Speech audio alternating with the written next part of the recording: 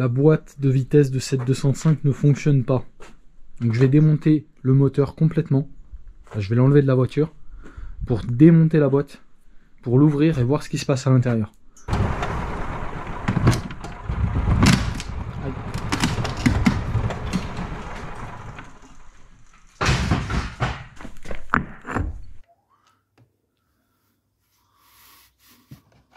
Déjà là, il n'y a pas la quantité qu'il faut, ça c'est sûr et certain. Il y avait déjà de l'huile au fond. Et là, il y avait quoi? Il n'y avait même pas 30 centilitres. Dans une boîte, normalement, il y a quoi? Il y a 1,5 litre, 2 litres même. Ça dépend. Donc là, bah, il va y avoir un problème, je sens, quand je vais ouvrir. Mais bon, j'enlève le moteur.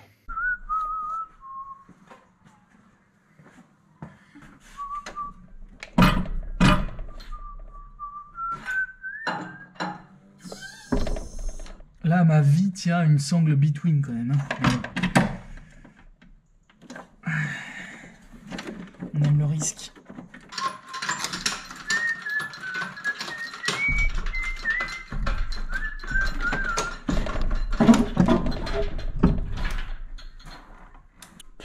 Écoutez, je vais vous mettre un peu de lumière. Bam, voilà.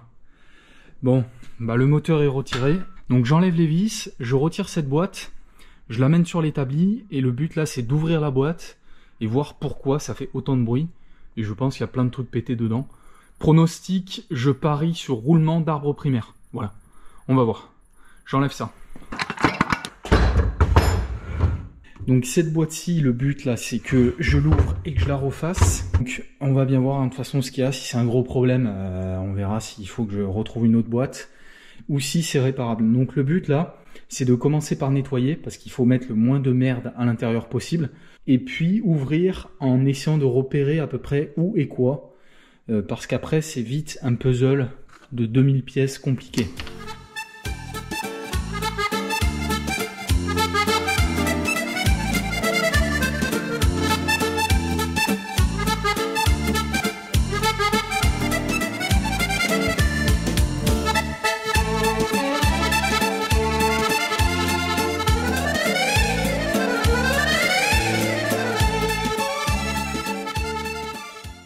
Voilà, donc là je vais vous montrer comment on fait pour se sortir de situations comme ça en mécanique qui arrivent souvent. Donc là la vis Torx est morte. Donc prenez un burin comme ça, vous vous mettez à peu près au centre mais un petit peu désaxé comme ça. Et là vous mettez un énorme coup de marteau et en fait ça va desserrer la vis, vous allez voir. Voilà, c'est pas compliqué, il faut juste avoir la technique et le bon outil. Et là, voilà. Là, ça sort tout seul. Donc le problème, c'est que si vous faites ça avec un tournevis, le coup est amorti par le manche. Donc la vibration est pas retransmise et ça marche beaucoup moins bien.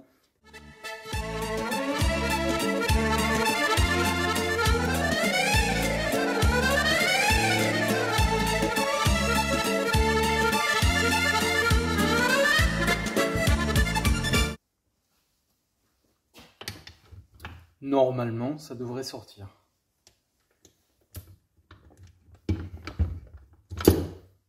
Normalement.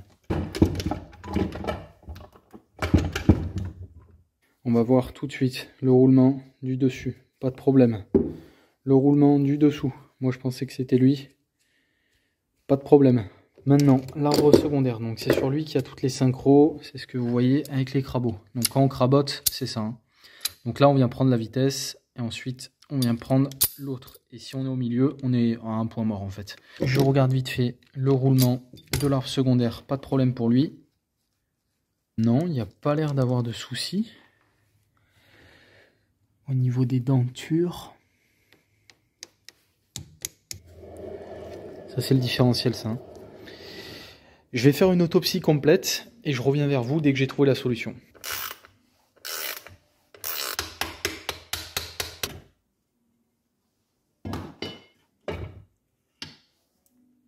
Bon bah écoutez, je crois que j'ai compris ce qui se passe. En fait le problème là, c'est que je trouvais pas de problème. Donc qu'est-ce que j'ai fait? Je suis allé sur internet, sur les forums directement, et j'ai trouvé plusieurs personnes qui avaient exactement le même souci que moi, c'est-à-dire un bruit de ferraille au point mort, sans débrayer. Et ces personnes avaient tout un point en commun, c'est qu'il manquait de l'huile dans la boîte, ou il n'y avait plus d'huile. Je pense que c'est le cas pour cette boîte de vitesse. J'ai regardé à peu près s'il y avait des éléments qui avaient été abîmés, mais j'ai pas l'impression, hein, c'est super costaud les boîtes de vitesse. Donc ce que je vais faire, c'est finir de tout nettoyer, la remonter parfaitement, puis je remonte cette boîte et je fais le niveau d'huile, en fait, qui était la chose à faire pour réparer. Mais c'était quand même toujours un plaisir de démonter ce moteur, voilà, pour refaire une petite opération. Je remets de l'huile dans la boîte et je remonte tout ça, ou l'inverse. Je remonte tout ça, je remets de l'huile dans la boîte.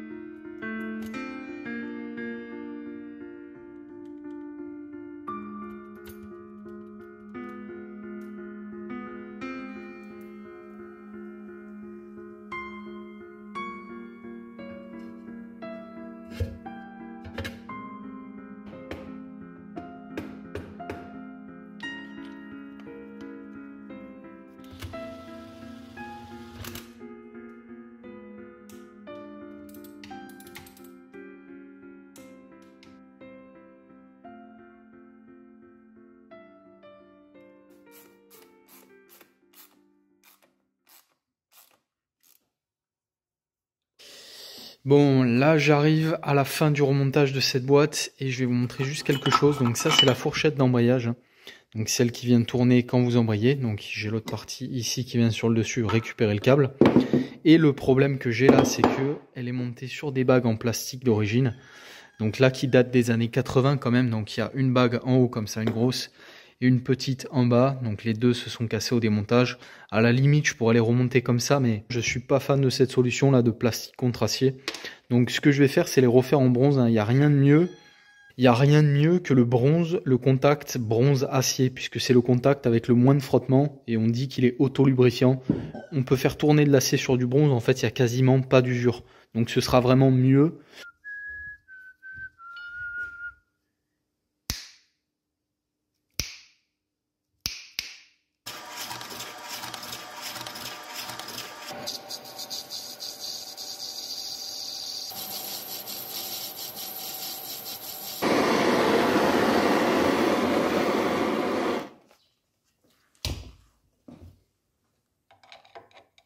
Hop.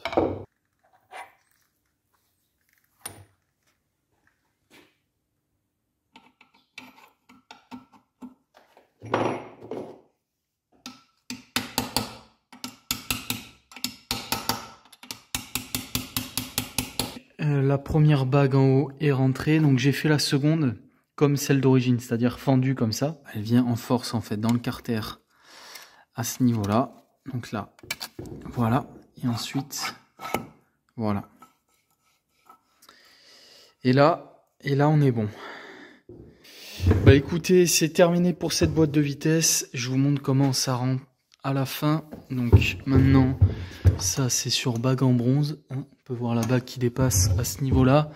La deuxième à l'intérieur, je l'ai collée à l'époxy par sécurité, même si je pense qu'il n'y aurait pas eu de souci. Donc voilà, tous les joints neufs, joints spi aussi de chaque côté du différentiel neuf. Puis bah il y a juste à faire le niveau d'huile, pour cette fois-ci ce sera mieux. Donc je ferai le niveau d'huile une fois que ce sera remonté sur la voiture, parce que sinon ça va partir par les cardans. Et c'est bon pour ça. C'en est fini pour cette boîte, je m'attaque au volant moteur. Nous voilà devant le moteur. Et ce que je vais faire maintenant, c'est retirer donc l'embrayage pour enlever le volant moteur. Je vous expliquerai pourquoi après sur l'établi.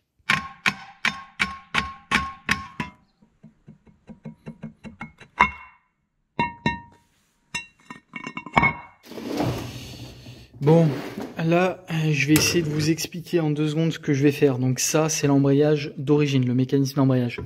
Moi, ce que je viens faire sur les volants moteurs, pour qu'il passe plus de couple au niveau de l'embrayage d'origine, c'est usiner la portée du mécanisme d'embrayage comme ça. Donc ça, c'est le mécanisme d'embrayage. Donc qui vient recevoir le disque en sandwich. Donc en fait, le ressort appuie sur le disque, qui appuie lui-même sur le volant moteur. Donc par friction, en fait, l'embrayage est entraîné avec le volant moteur. Le problème, c'est qu'à partir d'un certain couple, la force du ressort, elle ne suffit plus et l'embrayage arrive à patiner comme ça. Donc moi, ce que je viens de faire, c'est tout bête, hein. Donc c'est enlever de la matière sur la portée en fait de mécanisme de l'embrayage.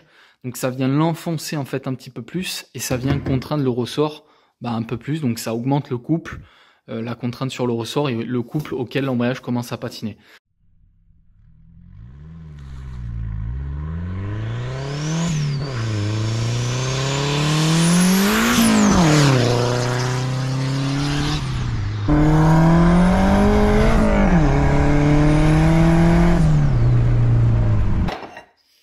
Et cette fois-ci, ça passe sur le tour à métaux, donc il faut juste que je fasse un centreur avec une pièce comme ça en acier. Donc le centre qui va venir se reprendre ici. Et puis le volant moteur, il passe vraiment à pas grand chose au niveau du banc, mais ça passe. Hein. Donc je vais pouvoir venir reprendre la face directement avec un outil. Donc ça c'est parfait. Voilà, je le monte sur le tour à métaux et puis j'enlève 2 mm. Tac.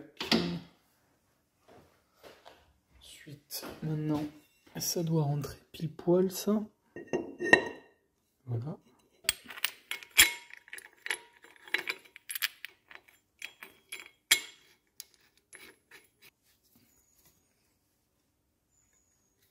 Voilà.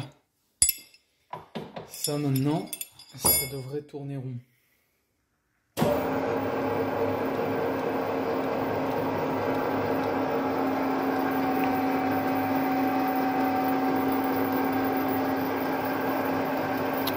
Impeccable. Là, ça tourne parfaitement rond. Donc je vais pouvoir venir mettre un outil et reprendre la face ici où vient se prendre le diaphragme. Donc je vais enlever 2 mm. Donc là, je vais venir tout simplement tangenter la face, hein, vous allez voir.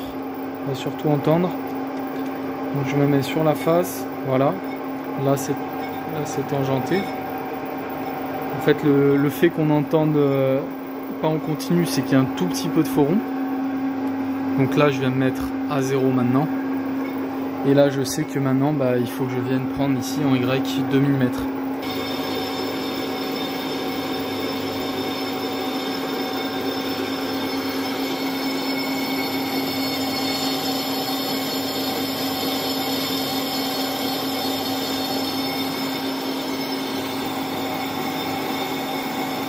Voilà, bon, c'est terminé.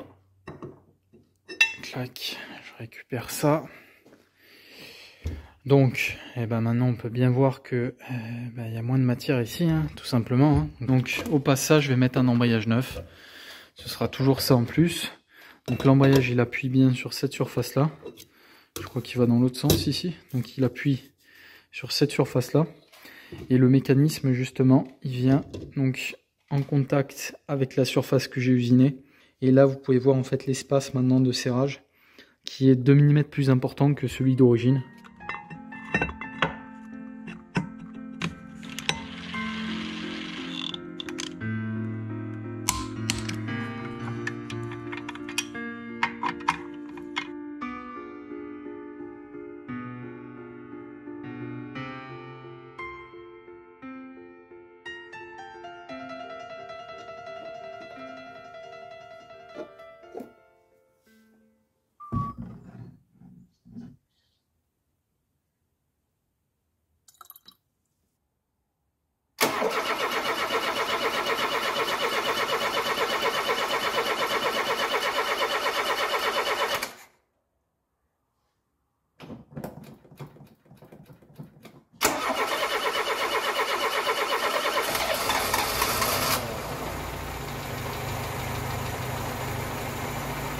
Vous entendez, ça tourne super bien, hein, je suis content.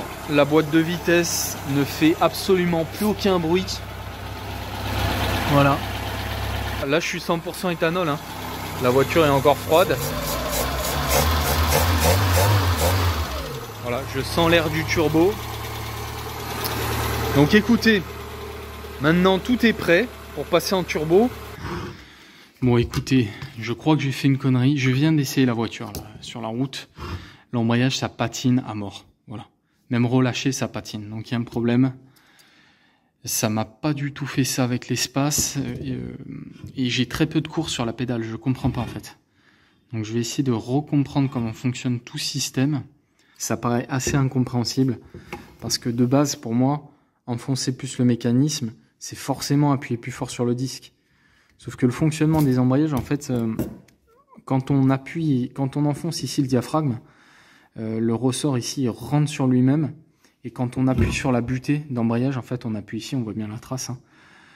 Donc pareil, on fait rentrer le ressort sur lui-même. Donc j'ai l'impression qu'en fait, le point dur, ça marche pas vraiment comme un ressort. C'est-à-dire que le point dur, il est au départ. Là, vous pouvez voir que d'origine, le disque vient à peine plus haut que la platine ici de fixation. Donc quand il est très peu enfoncé, en fait, ça force, le mécanisme force sur l'embrayage.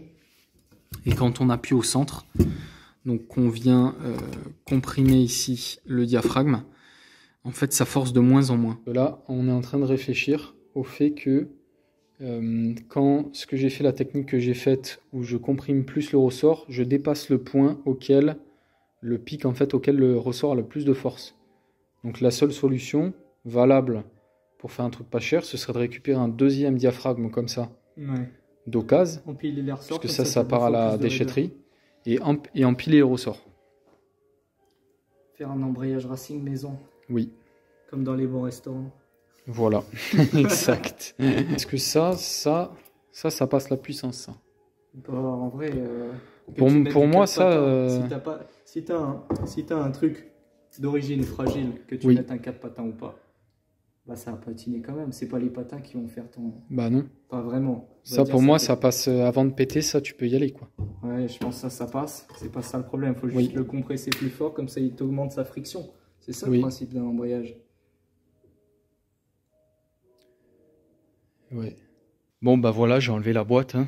Donc le moteur, là, c'est pas que j'ai un petit peu l'habitude, mais c'est un peu la 10e fois que je la sors hein, depuis que j'ai la voiture. Revenons à notre problème. Donc ce qui se passe, c'est que regardez le diaphragme comme il est enfoncé.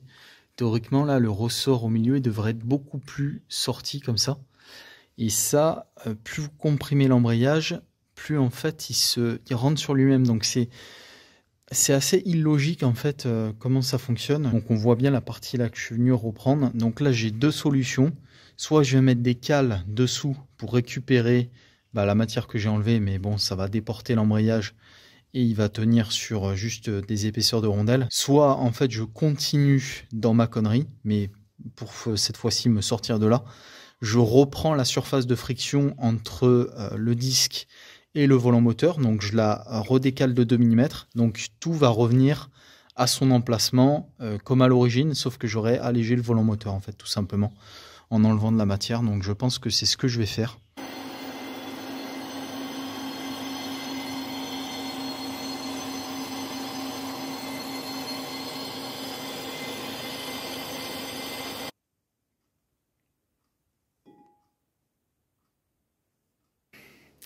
Bon bah écoutez, je viens d'aller essayer ça fonctionne beaucoup mieux maintenant. Hein. Donc au niveau de l'embrayage, maintenant il n'y a plus aucun problème. Je vais vous montrer. Voilà, là la pédale est bien dure, elle revient bien comme il faut. Donc il n'y a plus de soucis à ce niveau-là. Par contre, il y a quelque chose d'autre qui va pas. Et ce qui va pas, c'est que en fait le turbo souffle un petit peu de l'huile. Ça c'est signe soit un turbo mort, donc l'huile remonte par les paliers, puisque les paliers sont morts. Donc c'est possible vu que je l'ai acheté sur le bon coin et qu'il a été posé dans une cave quand je suis allé le chercher. Mais je pense pas que ce turbo soit mort, ou soit c'est un retour d'huile qui est pas assez efficace. Donc l'huile stagne au niveau du retour, arrive pas à bien circuler, et donc le turbo bouffe un peu d'huile. Bref. Il y a un souci et moi de toute manière je sens que là le montage me plaît pas. Là je suis parti pour tout redémonter, refaire complètement le montage du turbo, la ligne complète. Et vous allez voir c'est magique. Vous allez me retrouver une fois que tout ça c'est terminé, résolu. Pour commencer à modifier le carbu et tout ça. A tout de suite.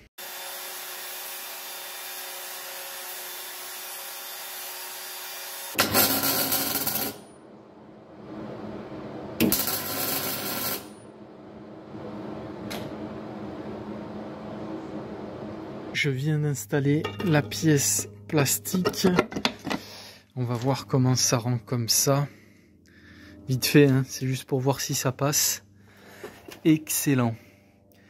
Ouais, il n'y a pas de souci, hein, il n'est pas trop incliné, hein, ça ira au niveau de la descente d'huile. Oh là là, c'est tellement plus simple, c'est plus classe, c'est plus propre. En plus pour la descente là d'échappement, ça va être plus simple puisqu'elle part déjà du bon côté quoi. Derrière la place, c'est impeccable. Donc là maintenant je sais que cette plaque là, j'ai juste à la faire découper et ça montera pile poil comme ça. Donc je vais resserrer vite fait le collecteur et puis je vais pouvoir terminer mon admission là d'air sous pression. Ce que je vais faire là, c'est commencer à préparer l'arrivée d'air donc du turbo vers le carburateur. Donc moi je prends toujours la solution du carbu soufflé. C'est-à-dire que là, il y a le turbo qui va souffler et ça va arriver directement dans le carbu. Ça permet de le laisser en place. Pour moi, c'est plus simple. Et puis surtout, je vais garder ce carburateur d'origine. Hein, pas besoin de changer les carburateurs. Quand j'avais commencé les projets turbo, il y en avait qui les vendaient 1500 balles des kits carbu soufflés. Bon, en fait, ça sert à rien. Vous avez votre carbu d'origine qui vaut 40 € sur le bon coin. Ça fonctionne très bien. Là, ce qu'il faut commencer à faire, en fait, c'est prévoir que ce carburateur, au lieu de recevoir aucune pression, il va recevoir un bar de pression. Donc déjà, ça va commencer à être costaud. Là, les points de fixation en fait de la durite qui venait ici pour venir aspirer vers le filtre à air, ils sont ridicules. C'est-à-dire que ça venait se fixer ici et pas un crochet derrière là-bas. Sauf que là, si je fais une accroche pareille et que je mets un bar de pression de turbo, le truc en fait va se lever, ça va pas fonctionner. Donc ce que je vais faire pour garder mon carburateur d'origine, là vous voyez qu'il y a des vis qui viennent tenir le haut de la cuve, il y en a 4. Donc ce que je vais faire en fait tout simplement, c'est venir mettre au lieu des vis là qui a d'origine des goujons. Donc c'est du peut-être M4 ou M5, donc des grands goujons comme ça qui vont remonter jusqu'ici. Des entretoises qui vont venir pile poil à la hauteur au-dessus là du carburateur, au niveau de l'arrivée. Et puis là, ça me fera 4 points de fixation super rigides pour venir ancrer une arrivée d'air sous pression. Donc toute l'arrivée, je vais la faire en acier, puisque l'acier, c'est ce qu'il y a de moins cher, tout simplement.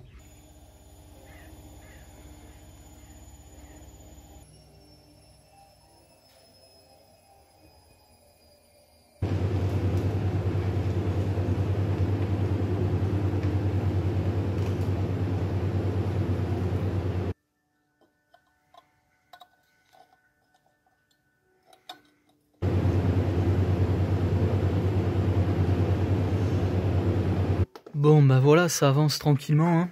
Donc ça maintenant le départ, donc je l'ai fait repartir comme ça.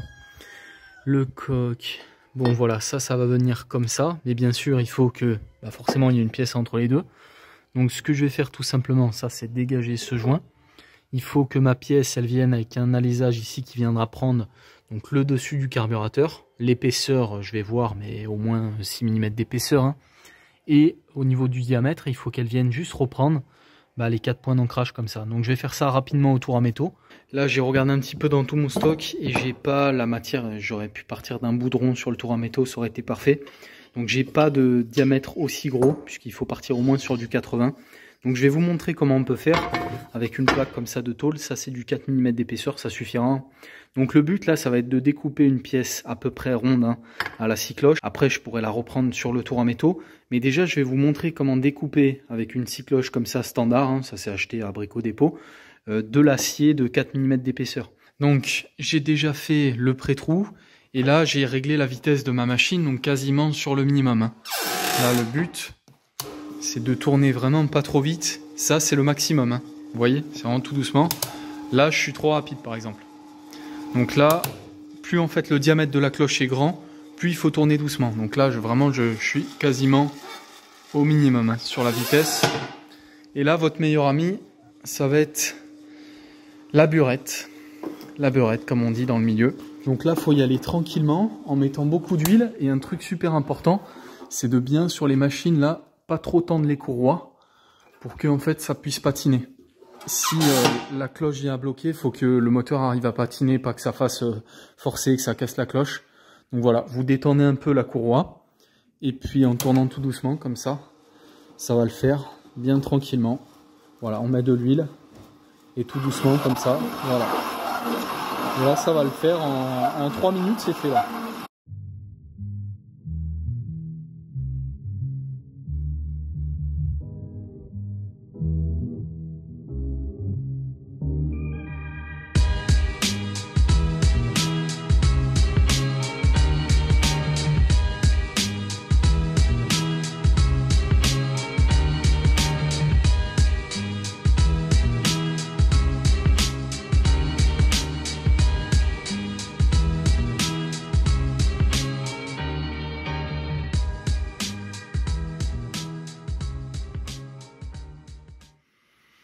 Bon, et ben voilà, je vais essayer de caser ça dans une vidéo. Donc, ce qui se passe, c'est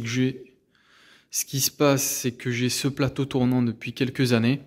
Alors, pourquoi il va falloir travailler dessus? Parce que, en fait, déjà, ce plateau tournant, si vous voulez, ça à la base... Ah! Ah putain, je me suis pris ça dans le dos. Si on tourne le vernier, eh ben on fait tourner le plateau. Notamment pour les perçages, ça peut être très utile, mais celui-ci il est en super mauvais état, donc il est vraiment pas précis. Je vais pas l'utiliser en usinage. Donc j'ai pour but de le transformer en plateau tournant électrique pour la soudure. Pourquoi? Puisque avec ce vieux poste SAF là-bas, qui fait 300 kg, eh ben quand on soude des tubes par exemple, eh ben c'est pratique de, au lieu de tourner autour du tube pendant la soudure et donc de bouger et de potentiellement faire une soudure qui est moins belle, eh ben d'avoir le plateau qui tourne automatiquement. Bon bah déjà j'ai trouvé ça dans mon stock de pièces, donc ça c'est un moteur d'essuie-glace. Donc ça a beaucoup de couple, c'est exactement ce qu'il faut. Là je pourrais le mettre à peu près comme ça. Il faut juste que je vérifie là avec une petite alimentation, donc ça fonctionne en 12 volts en plus. Voir s'il fonctionne correctement. Bon je vais l'ouvrir, j'arrive pas à trouver le plus et le moins, je vais ouvrir le boîtier là. Enfin, je vais l'ouvrir direct, hein, parce que de toute façon... Voilà, ça fonctionne, impeccable. En faisant varier la tension, on peut faire varier la vitesse, je vais vous montrer.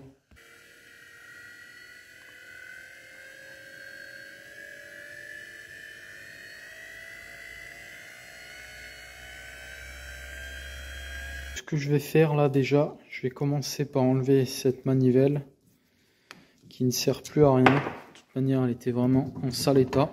Voilà. Donc l'ancien vernier qui a été usiné maison, ça se voit, hein. Surtout la gravure. Donc il y a un axe ici maintenant.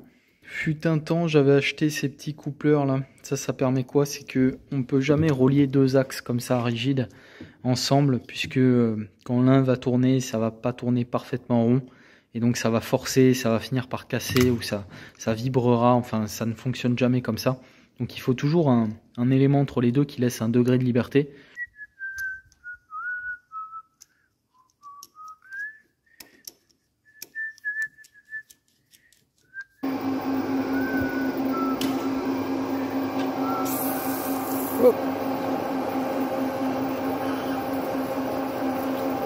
Donc j'ai usiné, donc ça c'est la pièce que j'ai usinée serrante sur l'axe du moteur d'essuie-glace et qui rend glissante sur le coupleur.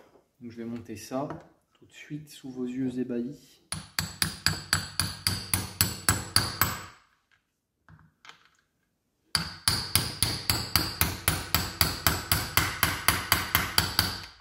Voilà.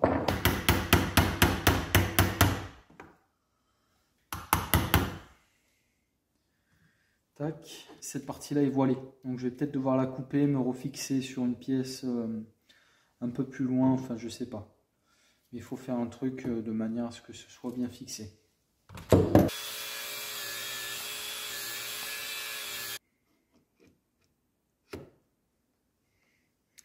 Pas mal, pas mal, pas mal. Et bah voilà, écoutez, c'est terminé. Donc j'ai fait une petite plaque comme ça en aluminium avec un gros caoutchouc ici qui permet en fait d'avoir toujours un petit mouvement de liberté. Donc ça c'est pour que dans le temps ça pète pas.